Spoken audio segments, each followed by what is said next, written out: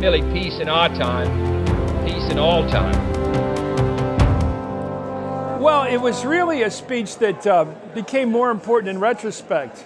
He gave 3 major speeches in June of '63, his last year. One was the Ich bin ein Berliner speech in Berlin.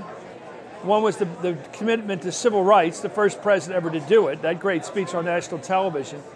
But this was the first, and this is the one that Ted Sorensen said was the most important because it was about the most important accomplishment, which was the Limited Nuclear Test Ban Treaty.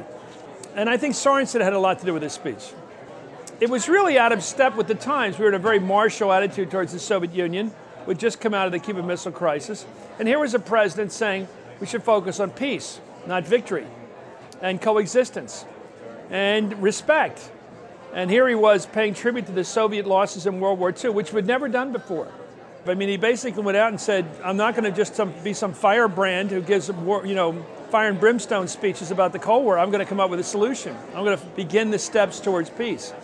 You know, one thing about Kennedy was he had a hero, Winston Churchill. And Churchill believed that the way to end their deal with the Cold War was not to go to war. He thought we had to fight the Nazis, but not the Soviets.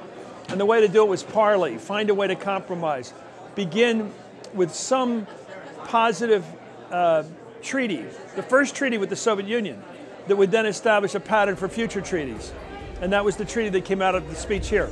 So the speech was June of '63, the treaty was August, and he said it was his greatest accomplishment.